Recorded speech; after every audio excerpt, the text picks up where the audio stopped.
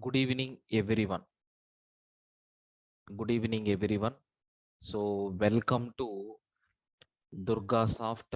Welcome to Durga Soft online training. Welcome to Durga Soft online training, and welcome to Core and Advanced Python. Welcome to Core and Advanced Python.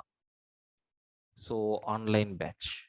Okay, it is a fast track batch, sir. Okay, it is a fast track batch. So here, myself, K. Prakash Babu, having almost 15 years of experience. 15 years of experience as a trainer. I have 15 years of experience as a trainer. So as of now, I am taking so many batches, so many programs in our Durga software.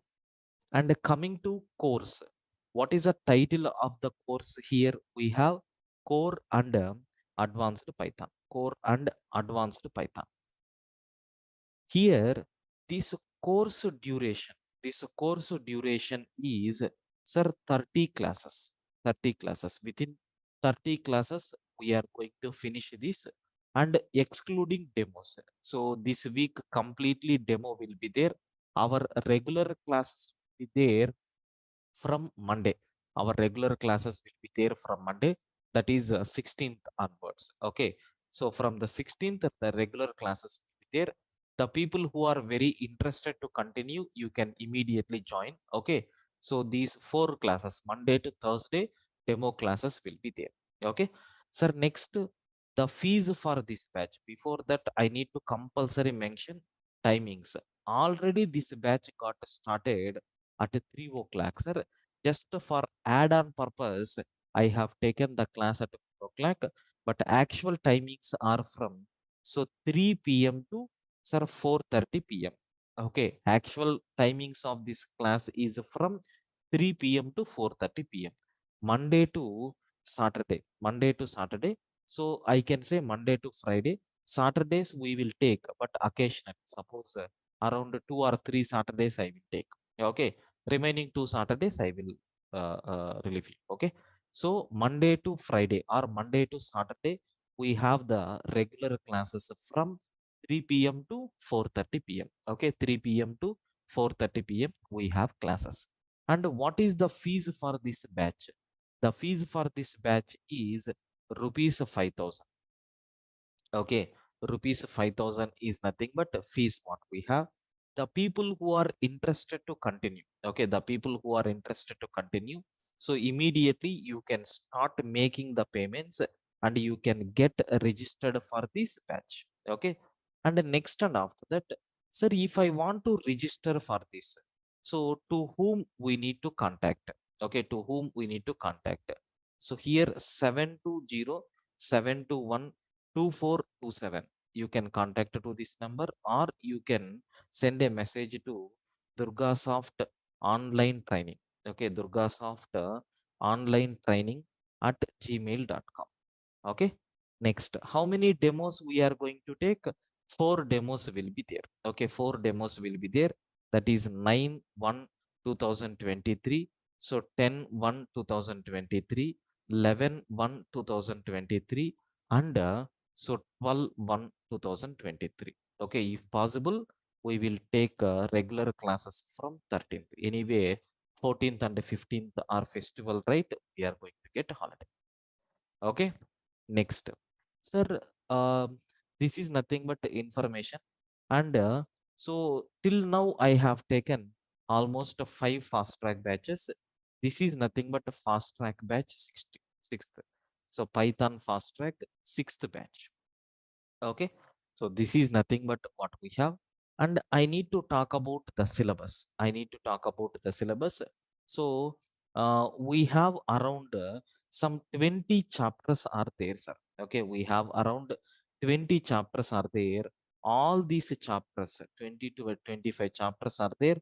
All these chapters in detail. Okay, in detail we are going to discuss all these chapters in detail. We are going to discuss. So just this is nothing but the overview. Introduction to Python. Okay. Then Python fundamentals, data types which are existed in Python, input and output statements which are available in Python, operators, control flow statements. Up to this, you can expect only fundamentals. Up to this, you can expect only fundamentals. So after this, so we are going to talk about the data structure. Fundamentals explain how you can able to prepare the program. For that, what basics are required, everything. And 5 data structures are there. So luckily in Python, our data types also will act as a data structures. Data structures means what? So inserting the data, retrieving the data, okay, performing some operations like searching and sorting. So what are the efficient tools we have? All these things will be available here also. So inbuilt data structures are there, around 5 data structures we have. Okay, so string data structure, list data structure, tuple data structure, set data structure, dictionary data structure, like this we have. Then, so we are going to talk about next level concepts, functional programming in Python. So till now, chapter number 1 to chapter number level, we are going to talk about scripting. Scripting means what? Just we will write some sequence of executions, sequence of instructions, and we will execute that. That's all. But in the functional programming, we are going to create a function. That function we are going to execute any number of times based on our requirement. Okay, suppose I want to calculate factorial repeatedly in my project. So if you want to write a program every time, it is a very difficult task. Create a module or create a package, place that factorial function in that module or package. Whenever you require, just create a link and access. Okay, this kind of a facility is very, very important, right? So that is called as a functional programming. Okay, so you can use modules or packages, something like that. And we are going to see a small mini project. Okay, we are going to see a small mini project on this also. We are going to see a small mini project on this functional programming. A small program I will explain. Then next main agenda, object oriented programming, like how you can able to provide security is the main agenda of object oriented programming. Like how you can able to create, okay, how you can able to create classes concept, how you can able to create object. So if you have already existing classes are there, how you can able to extend the properties. Polymorphism means what? Overloading means what? Overriding means what? All these things, how we are going to work, we are going to discuss in detail. Okay, that is called as this oops concepts, sir. Anyway, around 50 subtopics are there in this object oriented programming. In detail we will talk. Then exception handling. Suppose if you are executing any program, during execution of the program, if any runtime error occurred, then how we are going to handle that situation, that we are going to discuss in exception handling. Okay, if any runtime error is occurred, then how we are going to handle that, so we are going to discuss in this. Next, what is mean by multi-threading? So multitasking is very, very important nowadays, right? Parallelly we are going to execute. Okay, so many tasks we are going to execute parallelly, but how you can able to do that, we are going to talk in detail in this multi-threading. Okay, sir, then regular expressions, how you can able to write regular expressions. Regular expression means what? Suppose if you have a formality, like we are going to read some data from the user and I need to search for the data in the database. In such cases, some what you can call some problems are there. For example, if I am asking, tell me your mobile number, what you are going to tell? For example, if you give 123 as your mobile number, is it a correct mobile number? No. But my application is going to accept that and it will store it in the database. It is not correct. Whether the data is the data which is given by the user is following that particular proper format or not. Even you have seen when you are setting the password nowadays, minimum 3 characters should be there. So one uppercase character, one lowercase character, one digit, like that we have certain rules and regulations are there. Like we are not touching the data, but we are checking whether the data is in a proper format or not. For that we have to go with what, sir?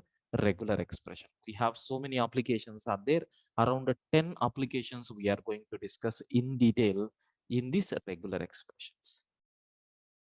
Next, web scraping means what? Okay, so web scraping means what? How you can able to extract the data from websites. Of course, it is not that much important, but we will see some one or two websites. From that, how you can able to extract email IDs, how you can able to extract mobile number with live, we will see. Okay, so on these regular expressions, on these regular expressions and web scraping, we will see one project also, mini project. Then this is optional, but anyway, which is very very important at the end. Sir, whatever you have written, sir, I have written a beautiful program for student attendance management system. Sir, I have accepted student hall ticket number, so attendance report for the 7 periods in day. So every data I accepted. You have to store that data in the database or not? Yes, because tomorrow attendance, today attendance, next day attendance, we have to calculate to get the final percentage monthly or yearly. Okay, so for that data must be stored somewhere, right? Whether it may be in your PC or server or any cloud, that is secondary. But whatever data you are accepting, whatever processing that you are doing, you should store that data. Okay, for that we have two phases are there. One is you can store the information on file, second one is you can store the information on database. Okay, so we are going to see how we are going to deal with the files and database connectivity also we are going to discuss. With this, just a small project we are going to see. So this is nothing but a 25 chapters in detail we are going to discuss in our Python course. Of course, it is 20 chapters only. Only projects are there after completion of every chapter. Okay. So do you have any doubts in this uh, course information? Please confirm.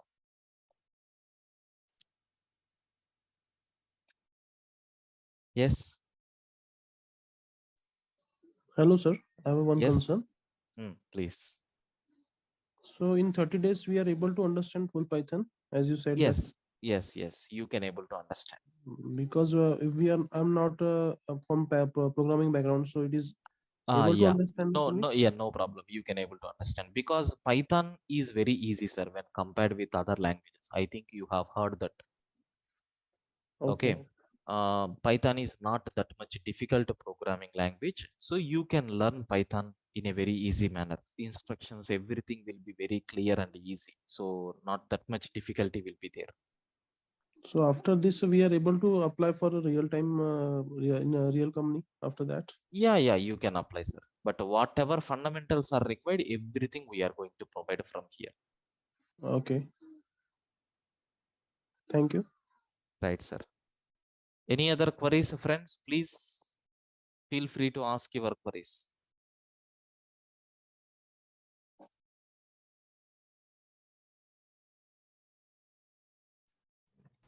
Hello. Yes. Hi, sir. Yeah, hi, Govind.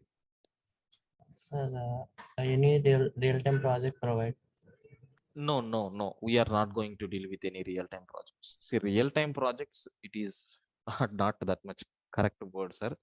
Okay. Real-time project means And we have to work on the company with a big project team size and so many things will be there.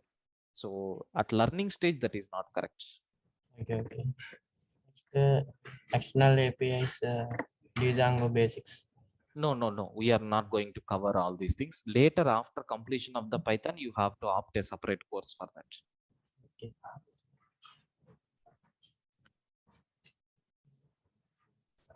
Thank you, sir. Right.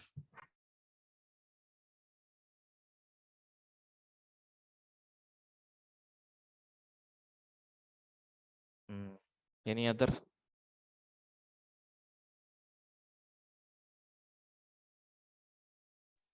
Any other doubts? Yeah, hi sir. Hi. Sir, this Python will be helpful for data science. Sir, data science main agenda is Python only. Okay. Okay, so without the Python basics, even you can't spend one day on data science. These are going to give the benefit. There, if they are writing lambda expressions, you should know in advance what is meant by lambda expressions. There, they won't explain. Okay. Sir, is it offline is already available? It is online, sir. It is online. Already the batch was started in the last week. Okay. Sir, here contact number is yours, sir. No, no, no, no. It is our admin team. Okay, thank you. Right. Yeah. So hope all your doubts are cleared. So I will continue the classes, sir. Okay.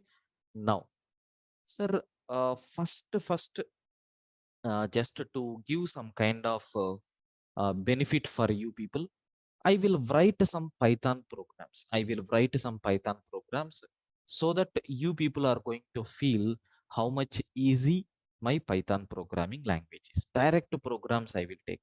So don't look into that in detail. Just try to understand at the top level, because I have not yet started Python fundamentals. On the first day, first topic, if I execute a Python program, you people are going to get confused. But so my confident on this is nothing but just I am explaining how much easy Python is. Beyond that, nothing. So I'm going to write the Python program in a separate file called test.py. Test.py. So always a Python file extension will be .py. .py. And so import, I'm taking math. I'm importing math module, because so in the math module, so many mathematical related functionalities will be there. Then print of math dot, I am taking factorial of, if you take a 5, sir, it is going to return 5 factorial. Sir, where you have written the code? Python is best choice for predefined things, sir. Okay, everything is available in the form of module. I want to generate a 3-digit OTP. We are not required to write a big code. Just only 1 or 2 lines of code is sufficient to generate OTPs. Okay, so like that we have. Just a second, sir. Please wait for 2 minutes.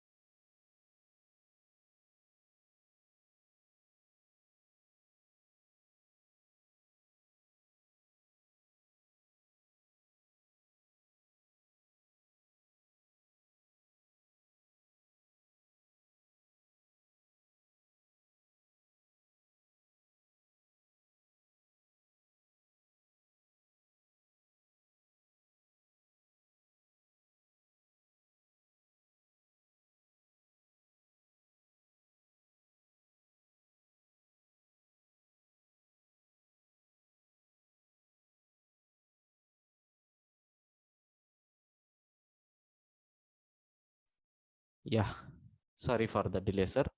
Now, sir, you can able to see here to calculate factorial, how much simple code I have written.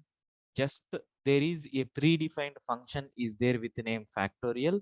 So factorial of 5, if you take, it is going to calculate 5 factorial. It is going to calculate 5 factorial. Okay. Sir, you know very well what is a 5 factorial, right? 120. Just it is going to return that. How to execute a Python program means py space test.py you have to take to execute a Python program, sir. If you take py space test.py, you can able to see we are getting 120. Sir, can I calculate factorial for 3? Yes, 3 factorial is a 6. Sir, can I find factorial for 1? Yes, it is 1. Sir, factorial for 0, it is nothing but 1. Like that we are getting. Okay. Sir, it is a very simple, right? So we are not required to write a big lines of code in Python. But in other languages, we have to write a loop like that we need to take.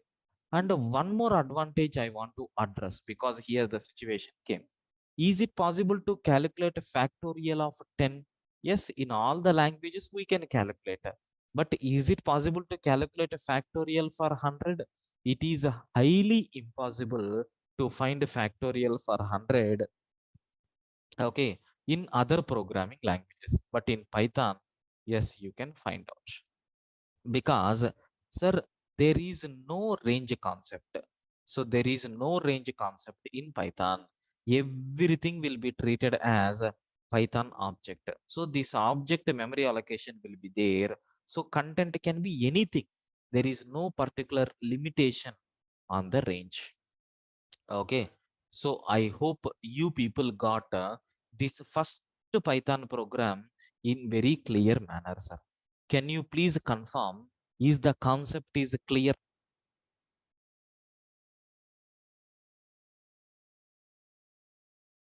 Clear, friends?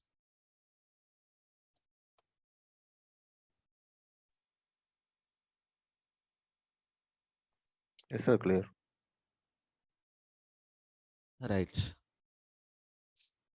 Now, so next, sir, why these many students are there? Kindly respond, sir. Is not correct. So next one, sir, I want to write a program to generate some 3-digit OTP. 3-digit OTP. For that also, there is one special method, a method or module is there with name random. Just you have to take random dot rand int of, you can provide the limit like x and then y. So it will generate the random number in between this x and y. But remember in Python, first argument is mandatory. Second argument is sir, first argument is included, last argument is excluded. It will generate any random number from x to y minus 1. Sir, I want a 3-digit. From where the 3-digit numbers will start? 100. Where the 3-digit numbers are going to end? You can provide 1000. 1000 means 1000 minus 1 will become 999. So 999 is included. Now you can able to check. First time I am executing, I got a 3-digit OTP like 589. Same program, I didn't do any modification. Second time I'm trying to execute, you can see we are getting 539. Third time 700. Okay, fourth time 134. Every time, is it generating a random values or not? Yes. So this is nothing but what we have. A simple, how many lines of code we have written? Only, so 2 lines of code we have written just to generate a random value. So from 100 to 1000, that is nothing but in our point of view, I can say 3-digit OTP. Okay. Sir, clear up to this second program? Is it clear for you people? Yes. Right. The people who are feeling Python is very difficult, I think with this, at least you got some 10% fear of is gone. Okay. Now I want to start our actual syllabus. That is nothing but introduction. Introduction to Python. Sir, who introduced Python? I want to spend some time on this exploration. Very simple, sir. There is one person is there with name Gudio Van Rossum. So he is the founder of Python. He developed Python. Sir, while preparing some mathematical related project, he is doing some calculations on mathematics. When he is calculating, he needs some calculation. He need some integral or differentiation, something like that. He need some calculations. For that he need a script. Sir, he searched for so many programming languages. Those programming languages are giving the result but not accurate. That's why Python people, I mean this Gudio has developed own scripting language.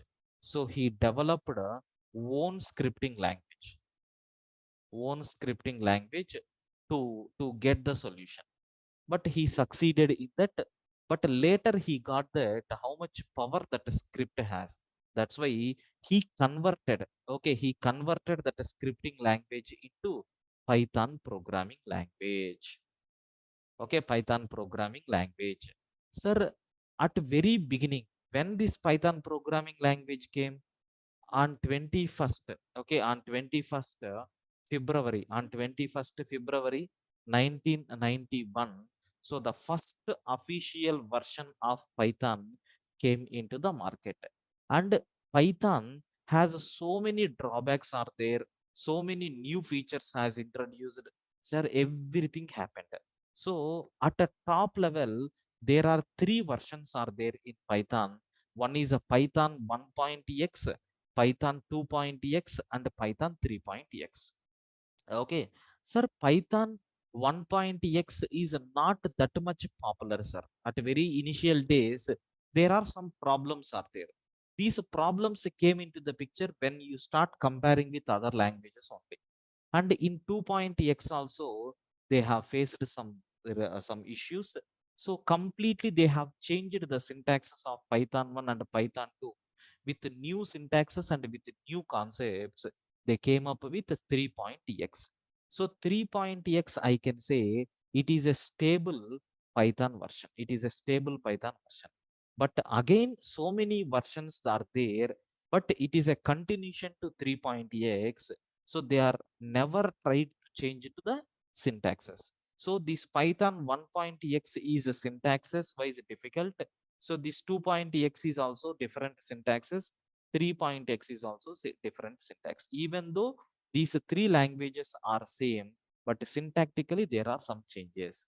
So that's why even you can't expect 4.x in future. Maybe we don't know, but 3.x is very popular nowadays. You know very well. That's why, so 3.x is the stable, but 3.x versions got updated from 3.1 to the latest version is 3.11. So many versions are there. Anyway, we will discuss the installation process, everything in detail. Okay, so Python is, so I can say, very easy programming language. Very easy programming language when compared with other programming languages. That is very important. When compared with other programming languages, Python is nothing but a very easy. Simple, sir. Simple, sir. Okay, sir, how this Python name came? Sir, the majority of the people are going to feel Python means a big snake. No, there is one popular comedy show is there. So the complete Monty's Python Flying Circus. Okay, which was telecasted. Okay, which is telecasted in BBC in the olden days. It is a comedy show, sir. Okay, it is nothing but a comedy show. So this Gudio Van Rossum, he is interested in this comedy show. He extracted the word called Python from this comedy show. Okay, and kept as a language name, sir. Beyond that, nothing. Okay, then, sir, what are the application areas of Python? Sir, where we can use, because this is very much important. From this only you people are going to get full-fledged knowledge. Sir, it is used in mission learning applications. It is used in mission learning applications, even artificial, okay, artificial intelligence also we are using this Python, and even in the data science domain also we are using Python, and even in the web applications also we are going to use Python, and in desktop applications also we are using Python. Next, and after that, distributed applications also we are going to use Python, and even in the gaming domains also we are using Python, and even in data analysis also we are using Python. Like this, we have different areas are there where we can use Python. And some people are going to feel, sir, really Python we are using in the real time? So just one small question. So which companies are using Python? Just a small question is there. Let us search. So at the top level, so these are the five companies which we have. Google is using Python, YouTube is using Python, NASA is using Python, Dropbox is using Python, and even Netflix OTT medium is there, right? OTT platform. It is also using Python. Like we have so many what you can call online platforms are there. Okay, sir, you can able to just have a look once. Really, is these companies are using Python or not? Just I will search this, sir. You can able to see which companies are using Python. If you want, you can see in the images. Okay, sir, have you observed? Okay, have you observed here? We have second.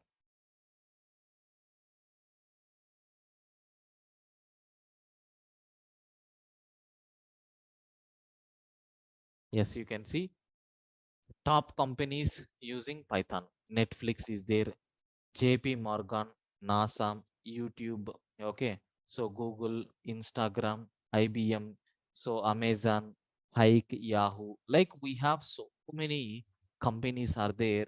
Still, they are using Python. I hope you people got very clear clarity about this. Can you please confirm? Do you have any doubt in this introduction? Please confirm.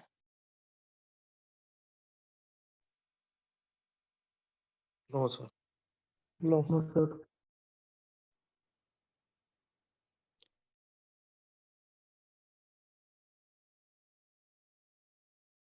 Right. So next thing,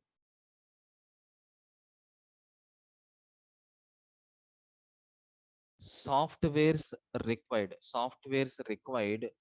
to execute Python application. Sir, softwares which are used to execute Python. Right. So softwares required to execute Python applications. Sir, I want to develop a simple Python program. So how I can able to execute these Python applications? So what softwares are required? The first thing is nothing but you need some editor, sir. Any editor you can use, either Notepad or Notepad plus plus. Okay, so we have edit plus is there. Okay, next, and after that VS code is there. Next, and after that Sublime text. Like we have different editors are there. Anything you can able to download and you can use it. So currently I'm typing some notes, right? This is nothing but a Sublime text, sir. Okay, so Notepad plus plus edit plus, like we have so many editors are there. And even, sir, we can able to use command prompt or PowerShell.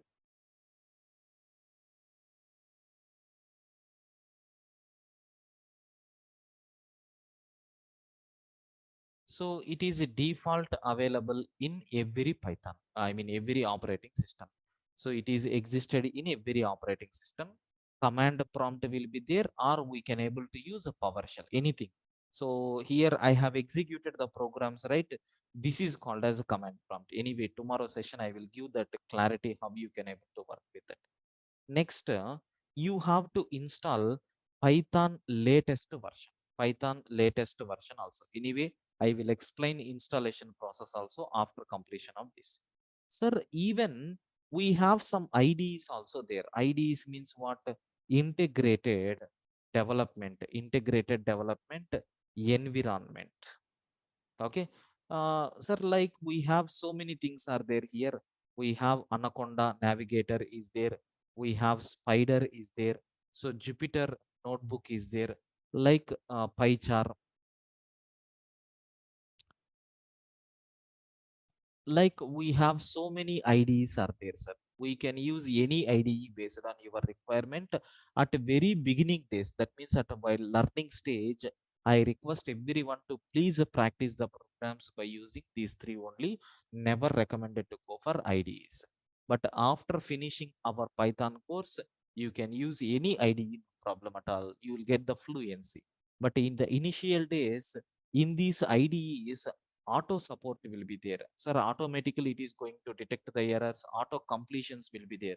So if you type one or two lines, automatically one or two characters, it will give suggest, or sometimes it will replace appropriate function also, but that is not good, which will make us very lazy. Okay, then, sir, Python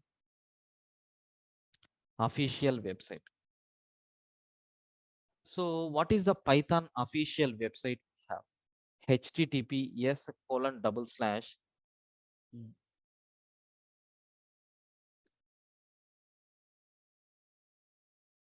So www.python.org is the official website what we have. Okay. So this is nothing but Python official website. If you want to download Python software, everything possible from here only. Okay. So downloads. What is the latest version?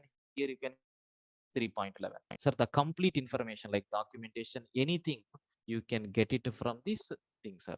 And we are not required to pay any amount for this. It is a completely freeware and open source. And I told, right, what are the different Python versions are existed. So I told, so Python 1.x is there, and Python 2.x is there, and Python 3.x is there. In Python 3.x, 3.1 is there. So Python 3.2 is there. Okay. So in Python 3.3, so Python 3.4, so Python 3.5, so Python 3.6, Python 3.7.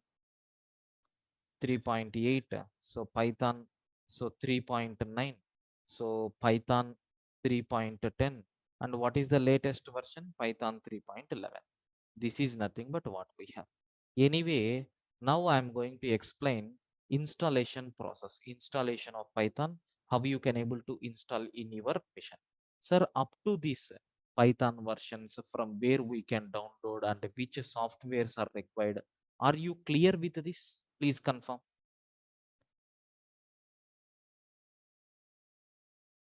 Is it clear? Yes. Right. Yes, sir. Good. Yeah, yes, clear. Right. So I want to install this Python, sir.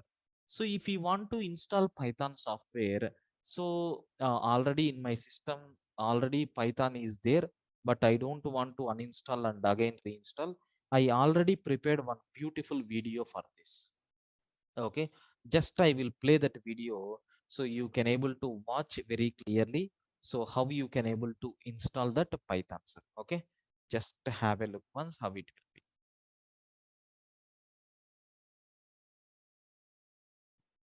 Yes, sir, you can able to just give confirmation.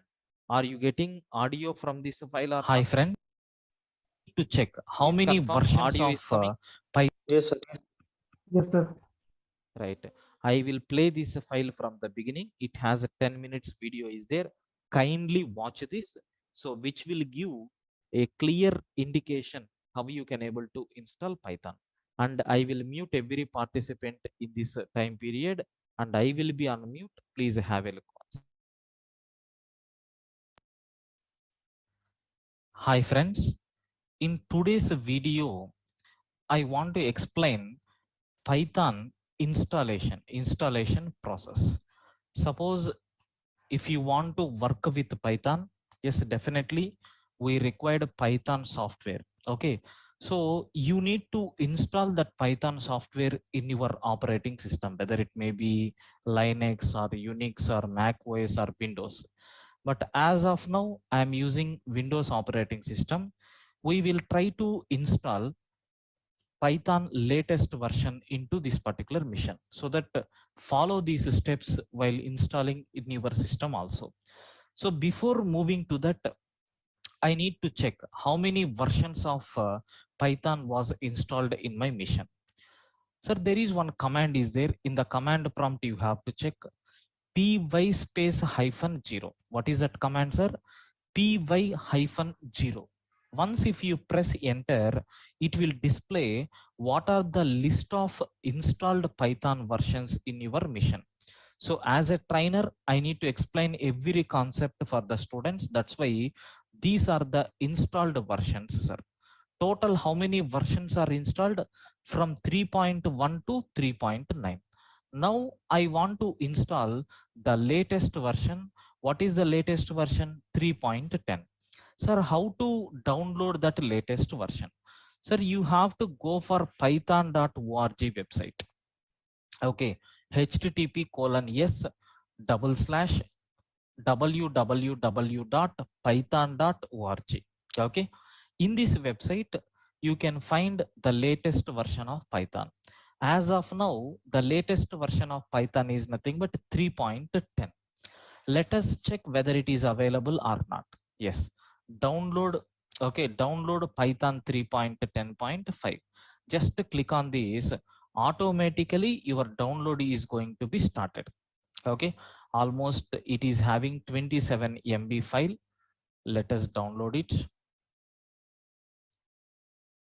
Yes, sir, just to open this show in folder, you can see, so Python 3.10 is there.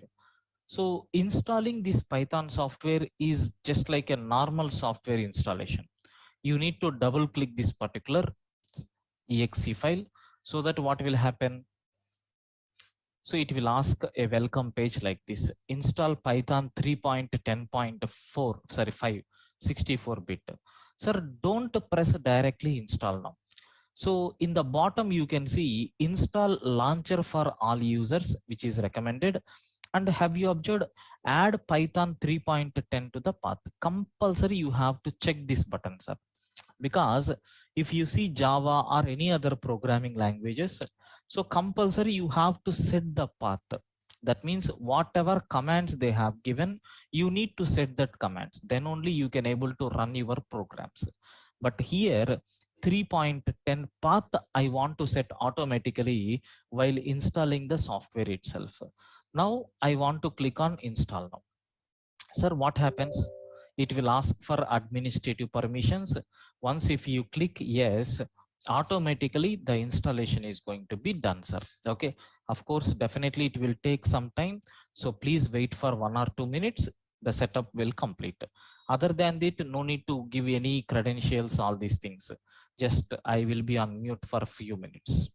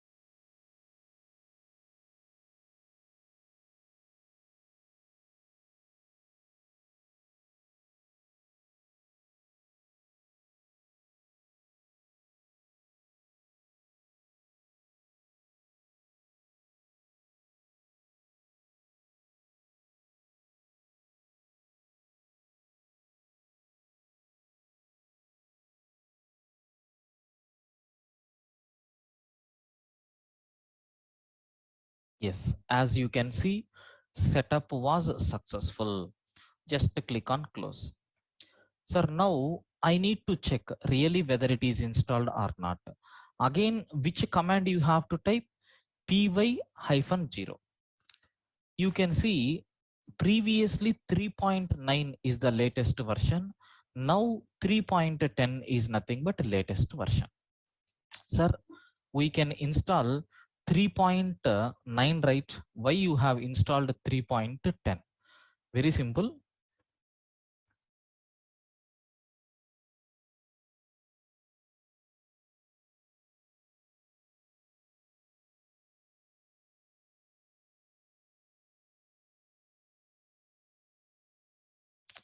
Sir, now I want to write a program to differentiate what is the difference between these two. Okay, let me take one simple Python program. Observe carefully. Sir, I have taken small x is equal to something like 10. But while printing, I am taking capital X. Okay, I have taken small x only, but by mistake, I have taken capital X in my printing statement. How this error is identified by Python? How this error is identified by Python? So py space test.py. As of now, I want to execute this program in 3.9 version. 3.9 version. If I execute this program in 3.9 version, what error message we got? Name error. Sir, name X is not defined. Same program I want to run in 3.10. Sir, there is a more meaningful error message we are going to get. Name X is not defined. Did you mean small x? Like that, it is giving some kind of hint. Sir, one more example. I want to take one dictionary like 1:one. Of course, these topics we will cover in future. Sir, two like this. That's all. That's all. Now I want to execute this code in 3.9. Sir, what it is telling? Unexpected end of file while parsing. Let me take in 3.10. Have you observed? Here it is indicating, array, there is one syntax error. Closed open bracket you have used, which was never closed. You have not closed this particular bracket. So such a type of more meaningful error messages are introduced in which version? Python 3.10. Not only this one, we have so many things are there. Of course, if time permits, everything we will discuss in our Python course. Okay. So in this video, I hope you got clarity how you can able to install Python software into your mission, right? Yeah, enjoy. Thank you, sir.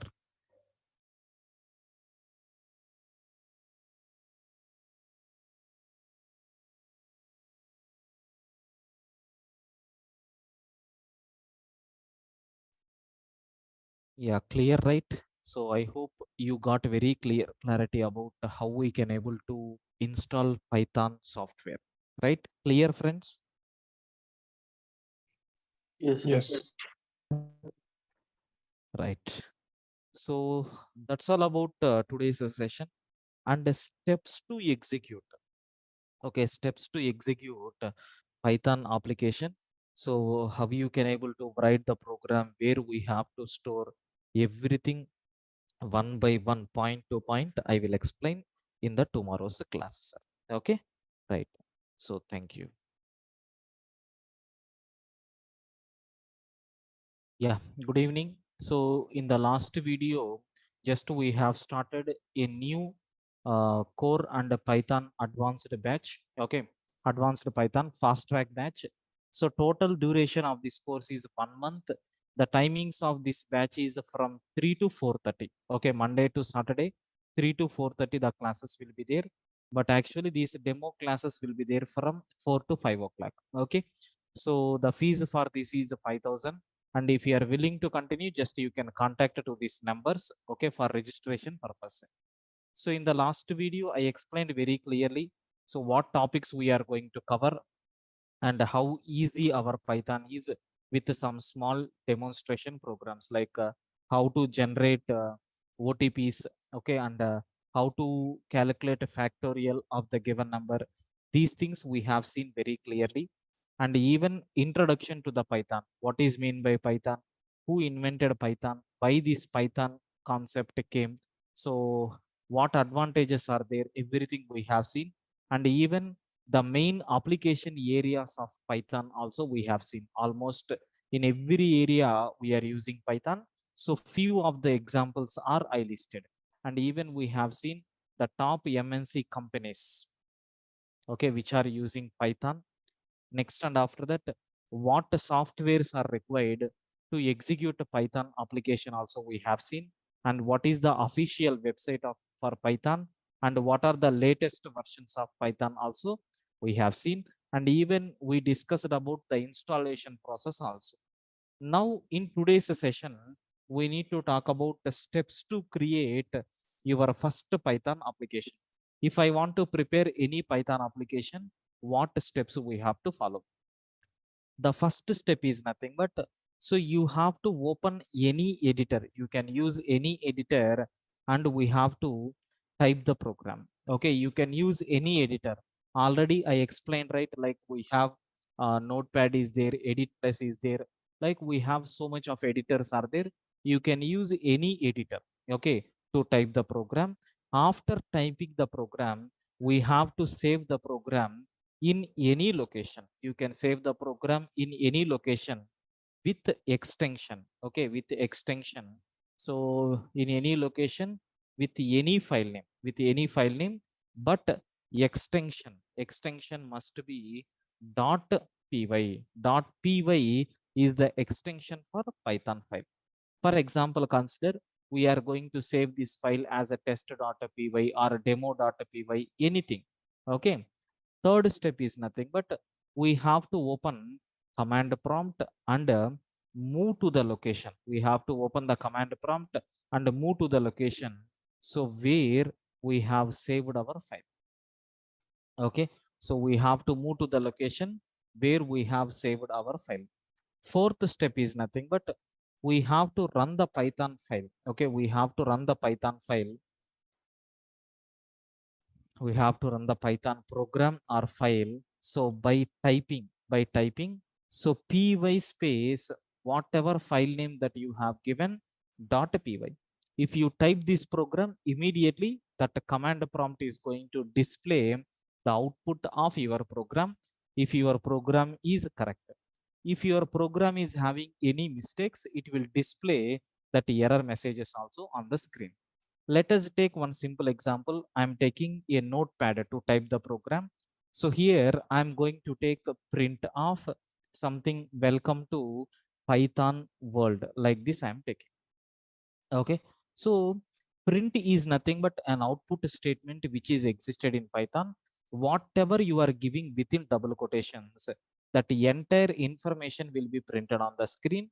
Like C language or Java, we don't have any semicolon at the end. We are not required to place any semicolon. Directly it is going to execute. Go to file and save the program. So what we have to provide, you need to select the proper location. In this PC, I'm going to select a C drive because I want to store the programs in C drive.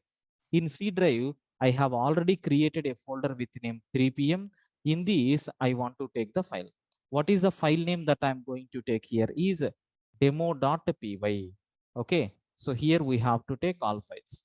So already demo.py is existed. Do you want to replace? Yes. Now this is nothing but a simple Python program what we have. So I want to execute this Python program. What is the file name that we have given? Demo.py. Any name you can give. So how you can able to execute this program? We have to open command prompt. This is my command prompt what I have. So it is in C drive. We have saved our file in C drive only, but not in this folder. You have to change the folder. To change this folder, first you have to come out from all the folders. If you provide cd backslash, it will come out from all the folders. So now you can able to see we are in C drive. So just you have to give cd space 3pm. So we have entered into this particular folder, sir. Okay. So here we have to type the command. Already I have given the instruction, right? Py space file name dot py is the command which we have to use to execute that program. Just I am typing py space, what is the file name? Demo.py. Just if you press enter, you can able to see we got output. This is the way how you can able to execute a simple Python program. Okay. Suppose consider we have some error in the program. Suppose consider here, just I didn't close with a semicolon, I mean double quotations. So I have taken a string here where it is beginning from double quotation, but I forgot to close that double quotation. Immediately what will happen? When you are running the program, it is going to show error message like this. So in this file, in line number 1, we have certain mistake is there. What is that? Syntax error, unterminated string literal. You have not terminated the string literal properly like that. So we are going to get error message also. Sometimes by observing these error messages, we can so correct the syntaxes whatever we are getting. Okay. So I hope you people got a very clear clarity about how to execute first Python application by using this command prompt and then editor. Okay. Sir, clear up to this? Everyone, please confirm. Clear up to this? Yes, sir.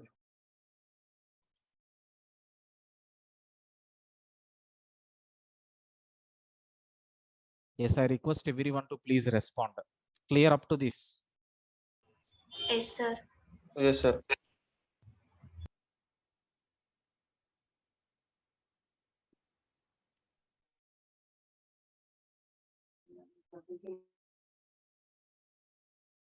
Right. Next. Sir, I want to take one more application for you people to understand. What is that application? Is addition of two numbers. Addition of two numbers program I want to implement. So how we can write a program?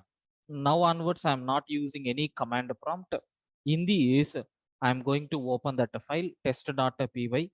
It is there in 3pm folder only. The file name is test.py. Here you can type the programs and you can execute. This is also one of the editor. I already told it is nothing but a Sublime text editor. So how to read two numbers? As of now, I don't want to read any number. I'm providing the inputs here itself statically. A is equal to 101, B is equal to 202. Now I want to calculate addition. We know the basic formula C is equal to A plus B, and just you can able to print the value of C. What output we are going to get? First value is 101, second value is 202. Addition is nothing but 303. That 303 got stored in C, and we are printing that 303 on the screen. If you run the program, py space test.py, you can able to see we got that 303 as output. But in Python, we have one more enhancement is there, like you can print in this style also. A is equal to within flower bracket A, and B is equal to within flower bracket B, and C is equal to within flower bracket C. During execution of the program, the value of A will be substituted in this place. During execution of the program, the value of B will be substituted here. And during execution, this C value is going to be substituted. So if you want to get this kind of a flavor, in the beginning, just you have to use the word called F. F indicates format specifier. If you provide like this is nothing but a formatted string with a constant values and along with variables. So let us run this program py space test.py. Now you can see A value is 101, B value is 202, and C value is nothing but 303. Like this we have. This is nothing but a simple Python program, okay, which is used to calculate addition of two numbers. So hope you people got a very clear clarity about this. Please confirm any doubts up to this.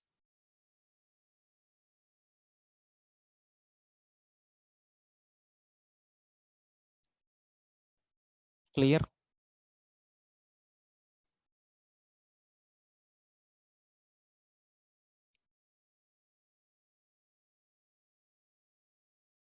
Yes, requesting everyone to please respond. Is it clear up to this?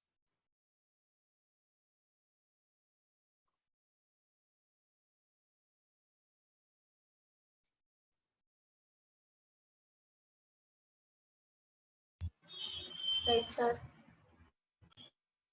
So let's go with the next topic what we have here. In the fundamentals, the next topic is the keywords. So here, what is mean by keyword? How you can able to represent the keywords? We are going to discuss now. So keyword is nothing but it is an important word in Python. It is nothing but an important word in Python, or we can able to use it is nothing but a predefined word in Python. So here the meaning and the meaning and functionality of these words are already defined in Python libraries. So for example, if I am taking if and if you are checking A is greater than B. So by taking this A is greater than B, what this if is going to do, already they have defined in Python. So these are called as libraries. The libraries, we have provided the meaning for each and every word. Such type of words are called as keywords. And there are some alternative names also there for keywords. We can call it as either keywords or predefined words, or you can use the name called reserved words. Any name you can use. Okay, next. So like other programming languages, we are not required to remember all the keywords which are existed. By default, there is a separate module is there for that. That module is nothing but a keyword. So in your program, just we have to import that module. Now there is one statement is there. By using that statement, you can get all the list of keywords which are existed in the current version. For that, Python people has given a function. That function name is nothing but kw list. So what it is going to do, it will list out so all the keywords present in Python. So let me take one simple example program for this. So here I am taking keyword dot kw list. If you take, then it is going to list out all the keywords. Let us have a look once. Py space test.py I am taking. You can able to see these are nothing but a list of keywords which are existed in Python. I think some keywords already we have seen, right? If you observe here, we have already seen which keyword, import keyword. So import keyword already we discussed. Okay, so I think so that's all. Remaining keywords anyway we are going to discuss in our upcoming classes. Okay, so these are nothing but what are the list of keywords which are existed in Python. Version to version, maybe a chance of getting one or two new keywords. And there is one small note is there in this. So all these keywords, okay, all these keywords are written in lowercase letters, okay, except the following, except the following. So here, if you see true, T is beginning with a capital letter, false, F is beginning with a capital letter, and none, N is beginning with a capital letter. Except these three, in the remaining all the keywords, you can able to see all are written in lowercase letters. These are nothing but the list of keywords which are existed in Python. Okay, I hope you got very clear clarity about keywords. So if you are changing the version, if you execute the same program, in that newer versions, if any new keyword is introduced, we will get that list also. Clear, friends, up to this? Please confirm. Yes, sir. Yes, sir. Yes, sir. Sir, Hmm.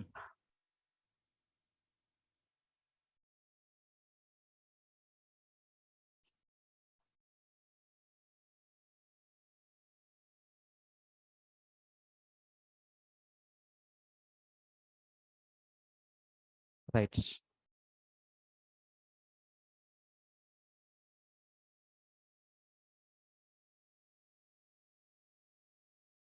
Right.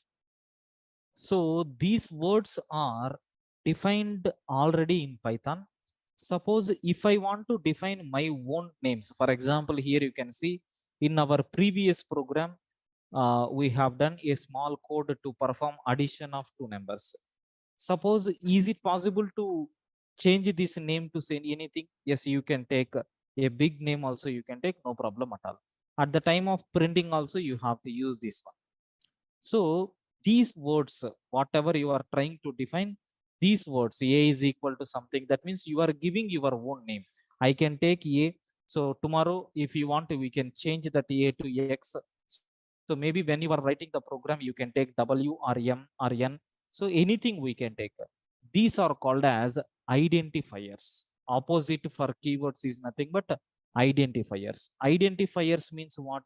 It is a name in Python. It is a name in Python. It is a name in Python. Okay.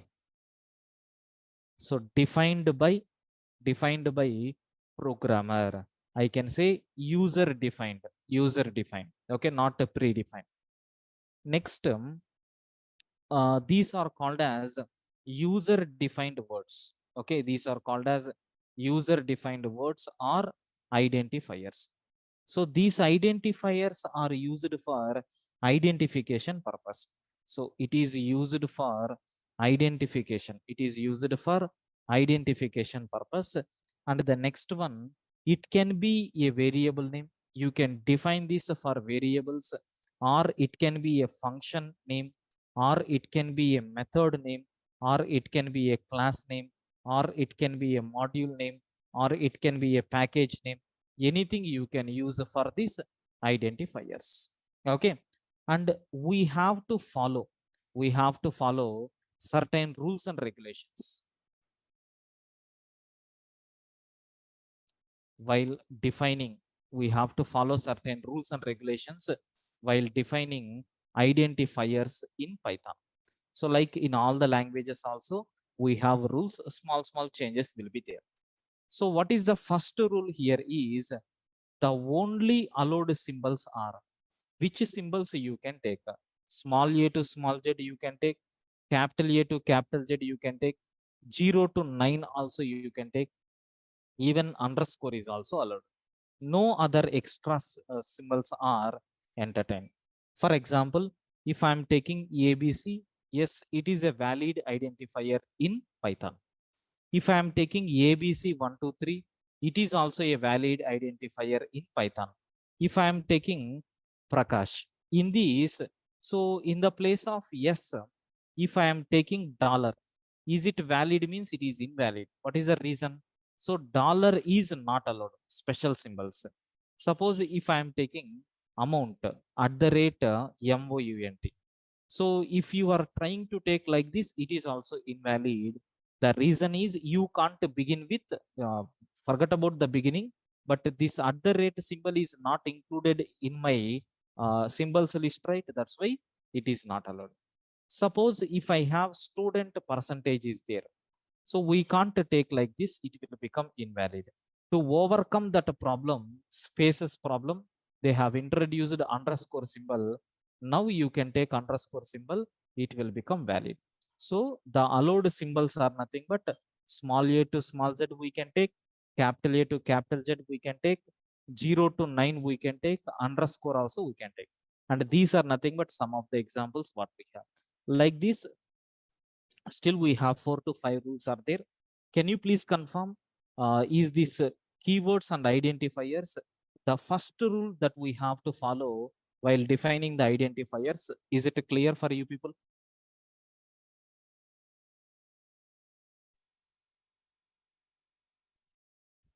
Yes, sir. Yes, sir. Yes, sir. Okay.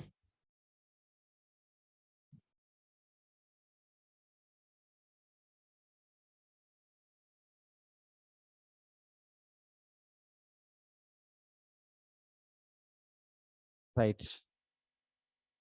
Second rule what we have here is, the second rule, it should not begin with a digit. You can't start with a digit.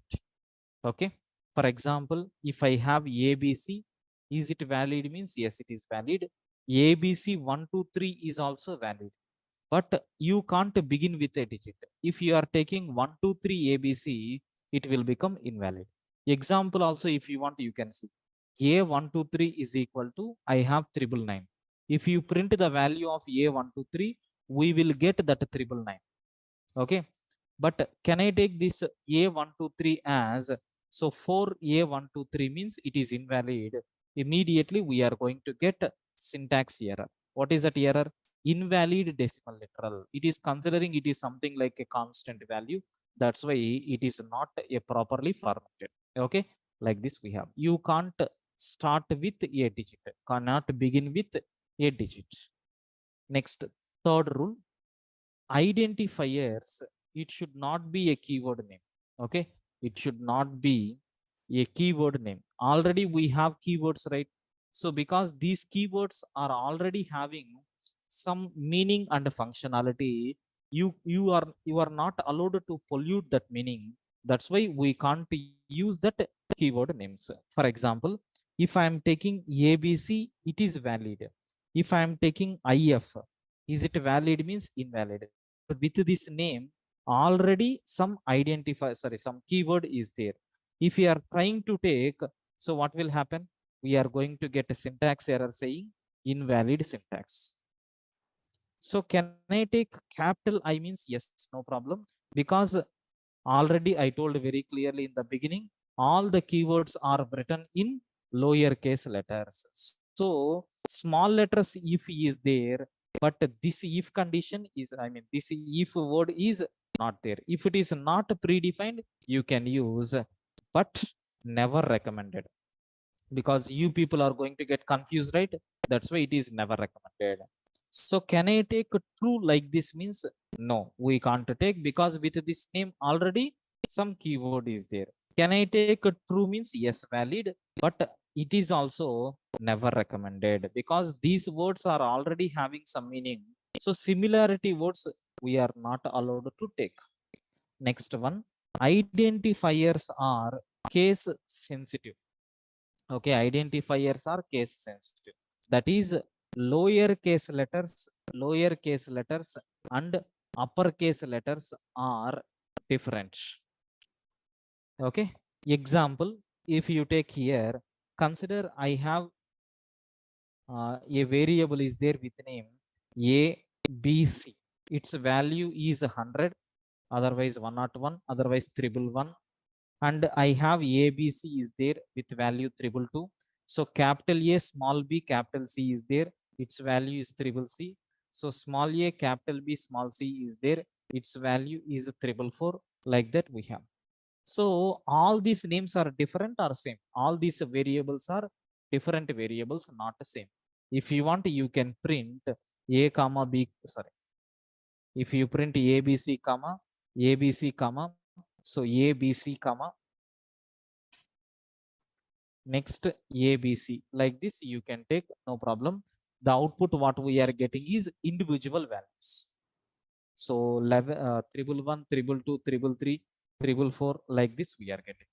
This is nothing but identifiers are case sensitive. Identifiers are case sensitive. Lower case letters, upper case letters are going to be treated as different. That's why in the projects, when you are taking student name like this, in the real time, I mean, in the entire modules, packages, every time you have to take like this only. By mistake, if you are trying to take capital N, so with this name, there is no predefined word and there is no user defined words, we will get name error. For example, consider here I am taking student name is equal to I am taking Kalyan. So at the time of printing, I am taking student N as a capital. What output we are getting? Name, student name is not defined, and even it is giving some auto suggestion like, are you trying to use this particular variable name? Like that, auto completion also it is going to take. Okay, so but anyway, just try to understand this point very well. Next, last rule, So there is no length limit. There is no length limit.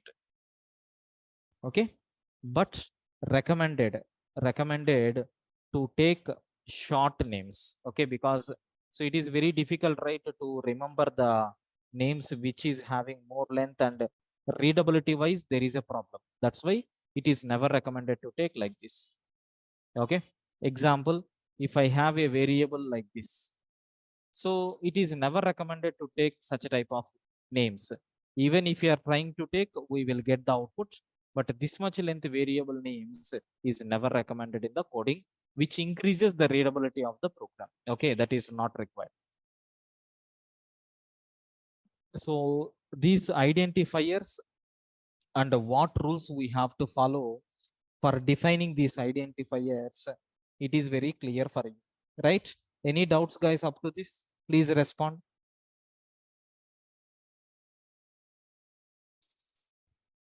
Okay.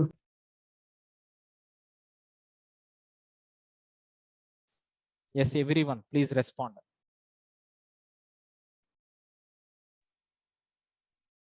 Right. So after these keywords and identifiers, the next immediate topic, comments in Python. How you can able to define comments in Python. So you know very well comments are going to play an important role. Comments are used for providing a description. Okay. So first point, it is used to provide description.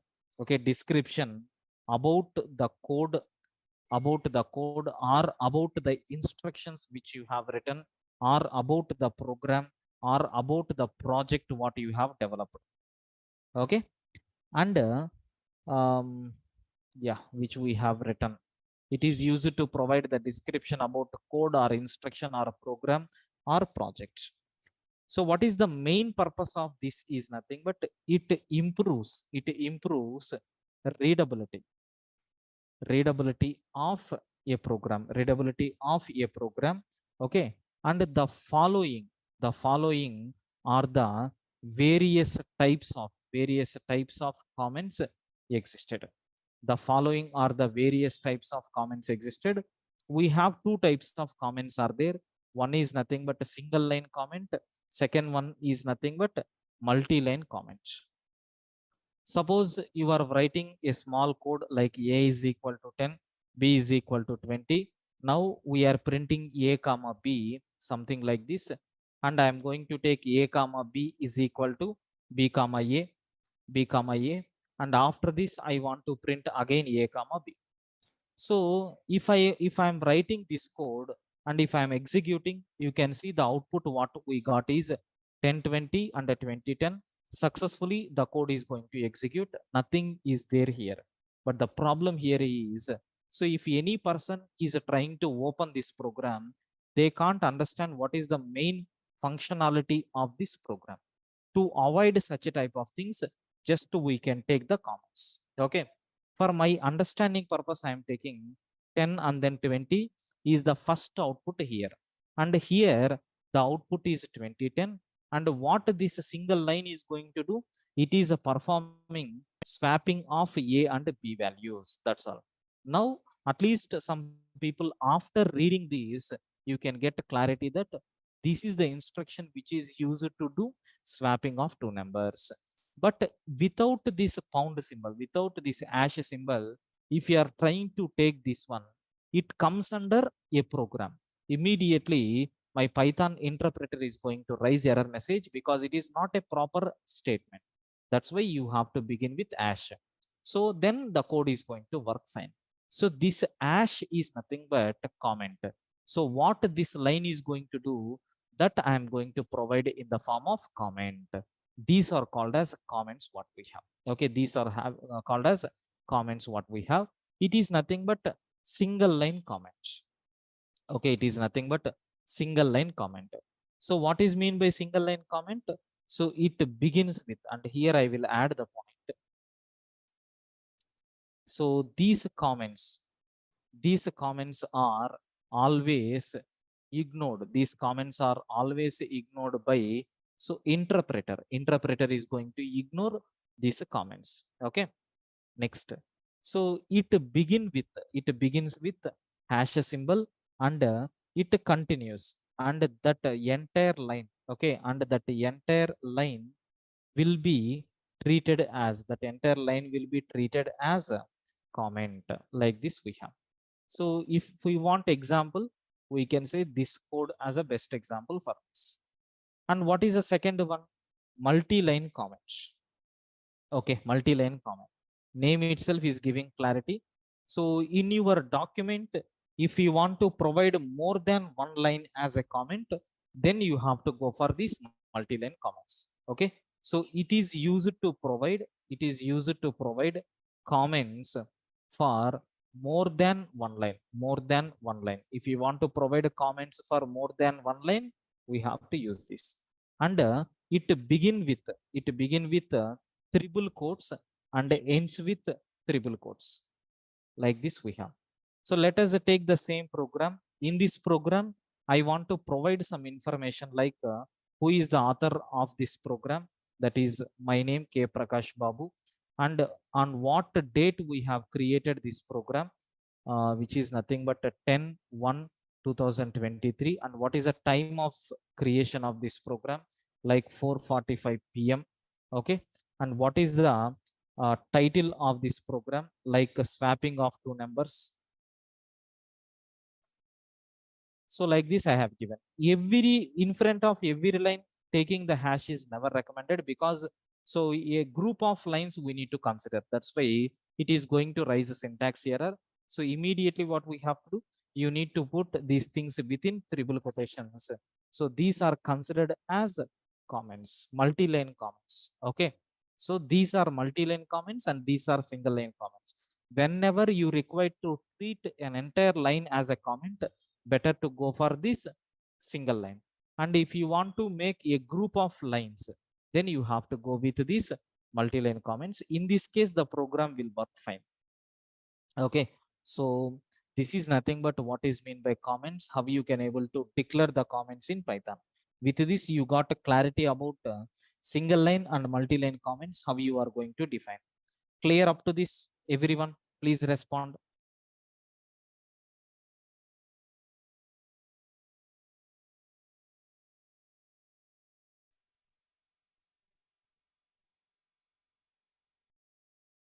Yes, please respond. Clear?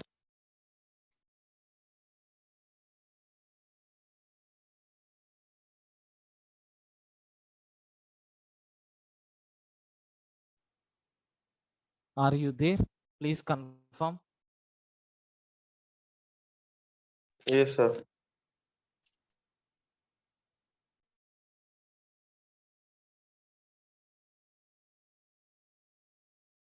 Right.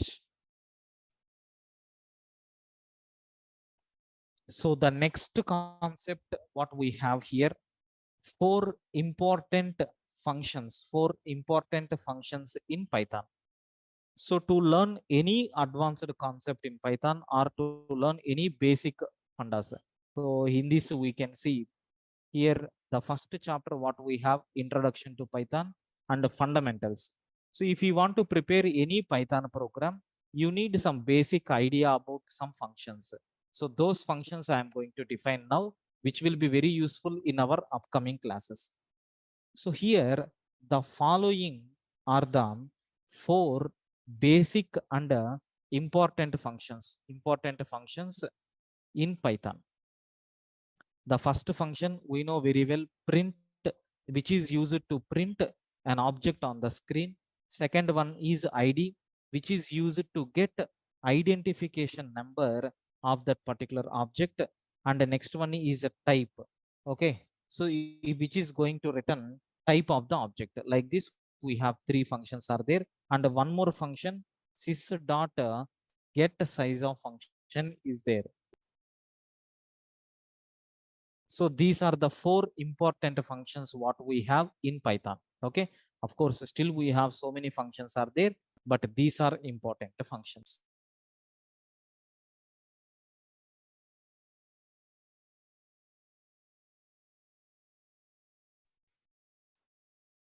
Right. So the next function what we have here is print of obj. What this function is going to do? Very simple. It will print of obj. This is the function name. It is used to print. It is used to print objects content. It is used to print objects content on the screen. So if you want to print any objects content, then you have to go for this one. Best example, I will take a small program, try to understand here. I have object 1 or A is equal to some number called 14. B is equal to, I have another number is there called 7.345. And C is equal to, I have some data called Prakash.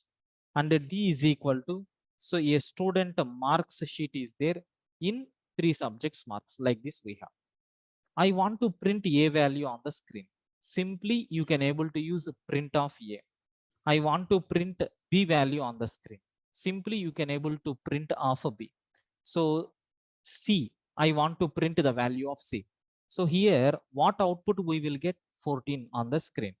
B, what output we are going to get? 7.345. So if I print C value, the output what we are getting is nothing but a Prakash. So if I print D value, the output what we are going to get is a 45, 89 and then 99. Like this, these values will be printed on the screen. Let us execute and see what happens. You can able to see we are getting all these values on the screen. So I hope you got clarity about how this print function is going to work. Next, immediately, there is one more function is there with the name type. I think from the name itself, you got a clarity. If you are passing any object, what it is going to do? It is used to return, or it returns the type of the object. What type of object you have passed? Is it a integer value, or is it a floating point value, or is it a string value? Like it is going to return the type of the object. So if you take this example, in addition to A, I want to check type of A also. A value is 14 and it belongs to of type class integer. Remember these words. Okay, so class, all these things we will discuss in detail in our object oriented programming, but it is of type integer because A content is 14, right?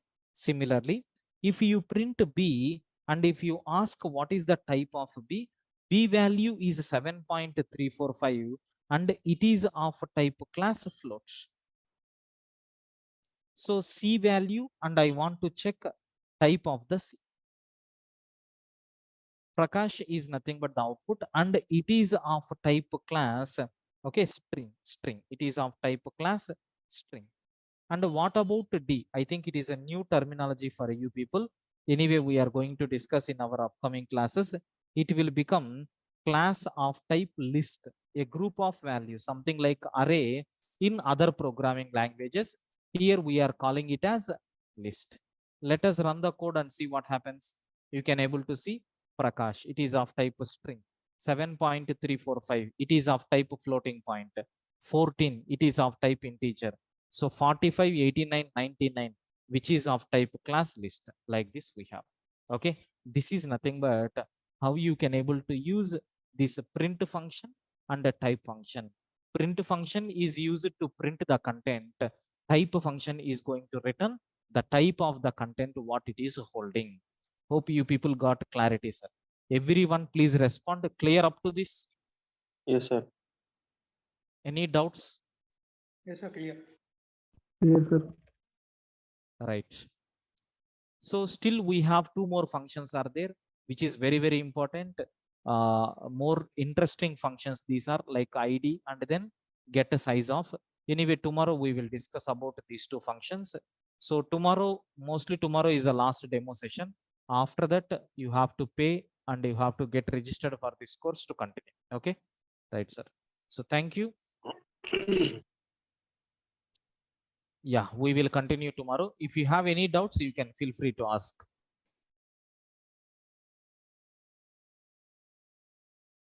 Good evening.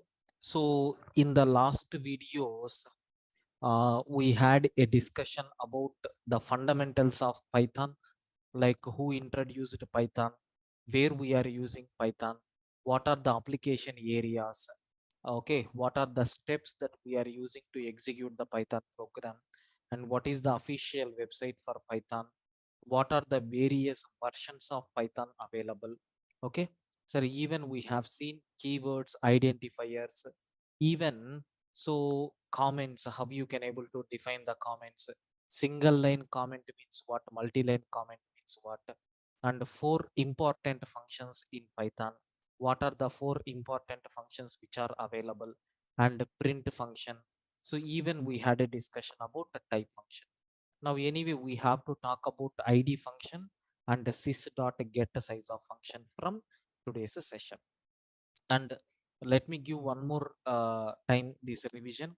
So this course is core and advanced Python fast track. It is a fast track batch because 1.5 hour class will be there, not from 4 o'clock. It is from 3 to 4:30. And the total we have 30 classes will be there in this. And the timings will be from 3 to 4:30 p.m. Monday to Saturday. And the fees for this batch is 5,000. And this is nothing but the contact number, or you can contact to this one. And we are going to have today max last demo will be there. From tomorrow we are going to change the link, and syllabus also in the first video I explained very clearly. Okay, now let's continue from this whatever we have covered. Print function we have seen, which is used to print the object's content on the screen. Next we have type of obj function is there. It is going to return the type of the object. Next we have one more function is there with name id.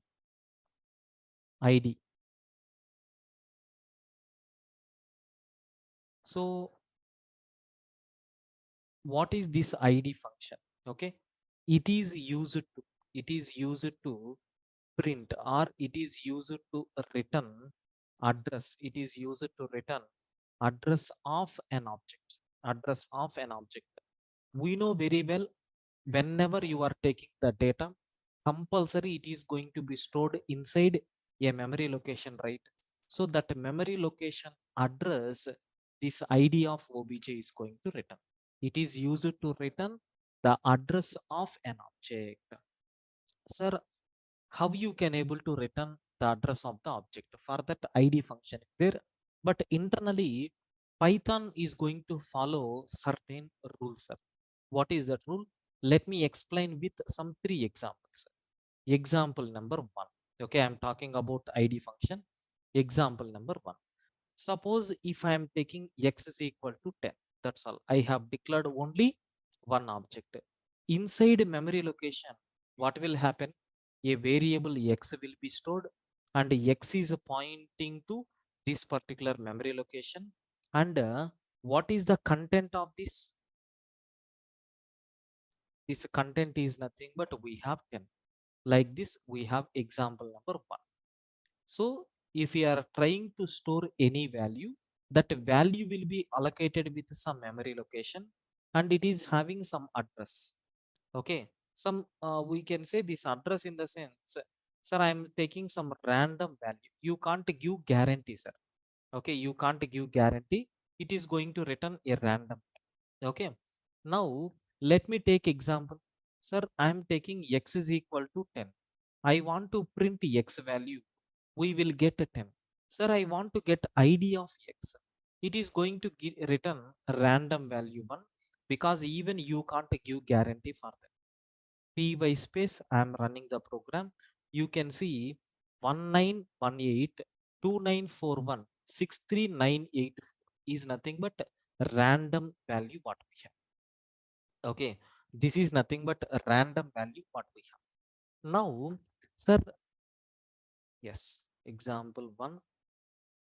Sir, it is very clear for you how we are getting these things. Example number, what is the second example here we have? Okay, one second.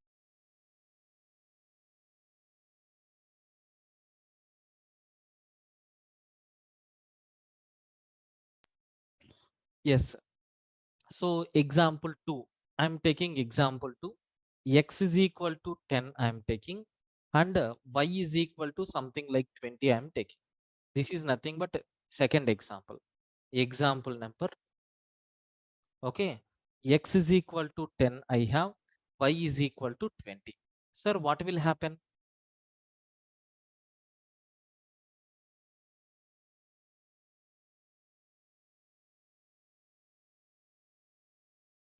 So the content is nothing but a 10, and here the content is nothing but a 20, and x is located here and y is located here. This is nothing but the address. Sir, is it going to return same address or different address? Definitely, since the content is different, separate memory locations will be created. We will get two random values of this. Okay, we will get two random values. This is nothing but a random value 1, and this address is nothing but random value. Different addresses will be there. I want to cross check. So print off, instead of x, I want to find out y also. The y value which is located here is 20, and the ID of y is nothing but a random value 2. Like this we have. I want to run this code to cross check really is it happening. Yes, 10 different address, 20 different address. Like this we have. Sir, okay, fine. Example number 3, very important. Listen carefully. Here you can able to understand how Python is going to work. Example number 3. X is equal to I have 10, Y is equal to I have 20, Z is equal to I have 10. Sir, Python is a bit intelligent programming language. After encountering this X is equal to 10, immediately X value will be allocated here, X value will be allocated here, and the content of this memory location is nothing but a 10. Sir, what about the next one? Since there is a change in the content, it is not already reused content, right? So one more object will be created. So with the name y, and y is referencing to this one, and its content is nothing but something like we are getting 20. Now take a bit very special care. Just is equal to 10. First, Python will check in the entire memory location. Do we have any, okay, in the entire memory location, do we have any memory area with this content? Array already 10 is there. So again, unnecessarily creating the object is always a bigger problem, right? That's why, sir, a simple reference will be created for this. A simple reference will be created for this, and it is also pointing to this one. Now, sir, if you print id of x and id of z, both are going to return random value 1. So if you print y address, we will get a different random value. Let me cross check. So here I am taking z is equal to 10, and after this I am trying to print the value of z and then address of z. So content is 10. Whatever address we got for the content 10, that is nothing but id of x is there, right? Now id of x and id of z both are pointing to the same memory location. If you want, you can see.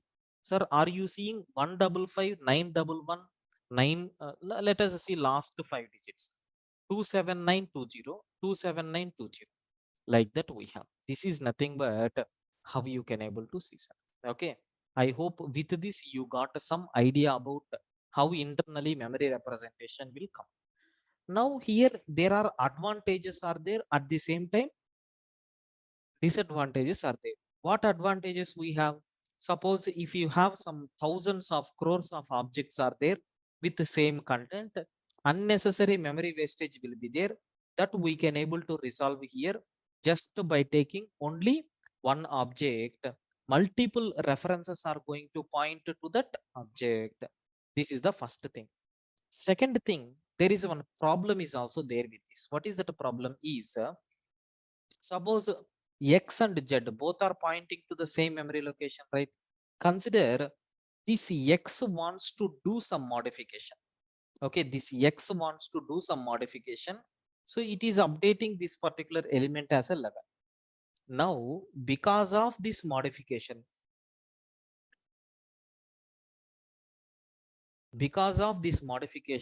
sir, X content is changed. At the same time, Z content is also changed, right? Yes, because multiple resources are pointing to the same variable. Definitely, there will be some issues. This is nothing but the problem what we have. That's why, sir, what Python people decided is all these Python objects, okay, all these Python objects are divided into two categories. One is nothing but mutable objects, and the second one is nothing but immutable objects. Sir, mutable objects means what? Where you can able to do modifications. Immutable objects means what? Where you can't do modifications. So mutable objects and immutable objects, two types of objects we can able to expect. One is allowing modification, another one is not allowing modifications. Okay, I think with this you got very clear clarity about id function. Can you please confirm, do you have any doubts about this id function, friends? Please confirm.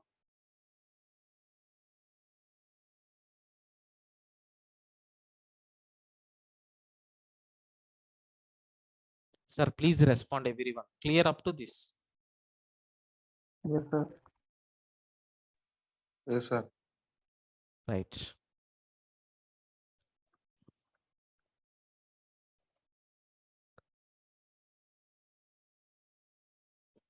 Now, so this is nothing but id function what we have. The next one, sys dot get size of a function is there. Just if you pass an object, it will return memory address of this particular object, sir. Okay. So what is the functionality of this one? It returns, it returns the size of the given object. Whatever object that you have passed, it is going to return size of that object. Okay, always this size value, always this size value will be returned, in the form of bytes. Okay, and it is not by default, existed in Python. Okay, so we have to import from sys module. There is one special module is there with name sys. We have to import explicitly from sys module.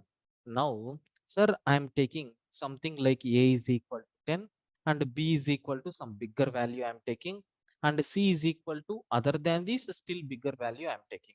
Now I need to find out sys dot get the size of a. What is the size of object a? Similarly, I need to find out what is the size of object b, and I need to find out what is the size of object c. Now what we have to do? Just we have to take import sys. We are importing sys module because it is available as a separate part, right? That's why. Now see what will happen. So py space test dot py. You can able to see the first object occupied 28 bytes of the memory. Second object occupied 32 bytes of the memory. Third object occupied 52 bytes of the memory. Like that we have. Okay. This is nothing but how to get a size of a particular object. These are nothing but four important functions what we have. Okay. What is the first function? Print function, which is used to print the object's content. What is the second function? Type of obj, which will return what type of object, it is holding. Is it integer object, or is it a floating point object, or is it a list object? Like it is going to return the type of the object. So next id of object is also there, which is going to return address of the object. Next, even we have get a size of a function is there, which is going to return the actual size of the object. Like this we have address size. Like this we have. Okay, these are nothing but four important functions which are existed in Python. Hope you people got very clear clarity about this. Can you please confirm Do you have any doubts in these 4 important functions? Please confirm.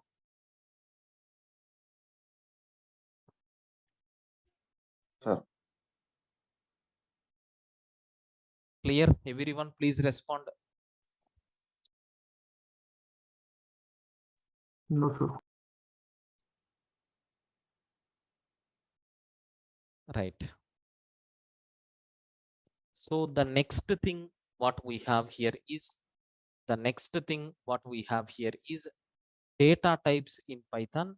But before moving to that, I need to cover one topic. Python is dynamically typed programming language. So dynamically typed programming language. What is mean by dynamically typed programming language? Sir, other programming languages like we have C language, C++, Java, right? So such type of programming languages are called as statically typed programming languages. Means what? So before using, okay, in any programming language, okay, if any programming language requires so data requires variables to be declared before using in the program, then such type of programming languages are said to be statically typed programming languages. Yes, we have some examples also there, like we have C language and even C++ programming, and even Java is also statically typed. For example, if you want to declare an integer variable, we have to take like this. Now, if any programming language requires, okay, variables to be declared at the time of usage, okay, without any data type name, such type of programming languages are called as dynamically typed programming languages. So best example for this is nothing but Python. Sir, in Python, simply you are going to take x is equal to 10. So we are not giving the type in advance, right? X is what type of data is it? It is holding. Is it a integer type or is it a floating point type? Or we are mentioning those kind of things? No. So such type of programming languages are said to be dynamically typed programming languages. Okay, these type of programming languages are said to be dynamically typed programming languages. Sir, right? Okay, everything is working fine, no issues at all. Okay, then why you have told this concept? Because in Python we have to talk about data types. Sir, just now you told the data type concept is not required because based on the type of data which you are assigning, automatically it is going to consider. Then what is the need to study data types? Very simple. As a programmer, compulsory we should know what are the different types of data, right? So for that purpose we are taking these data types. As a programmer we should know what are the different types of data types are existed. For that I am taking this one. So hope you people got very clear clarity, sir. Can you please confirm, do you have any doubts about this one? Is this concept is clear for you people?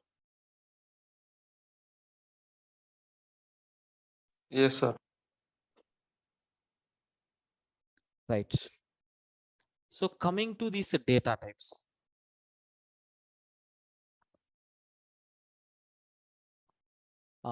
data types.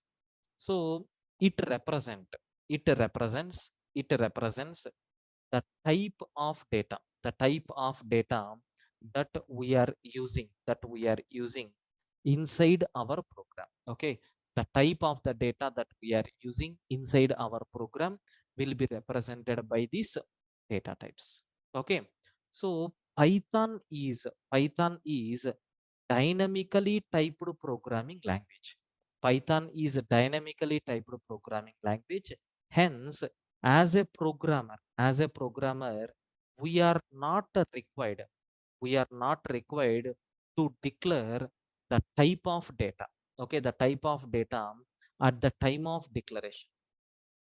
Okay, so but we need to learn the remaining data types, right? But as a programmer, we should know the type of data, the types of data existed in Python. For that, we are using data types, and the following are the basic 14 data types. The following are the 14 data types existed in Python.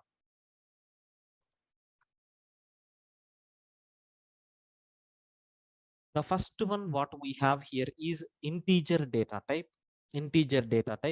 Second one, you know very well, floating point data type. So third one, we have complex data type.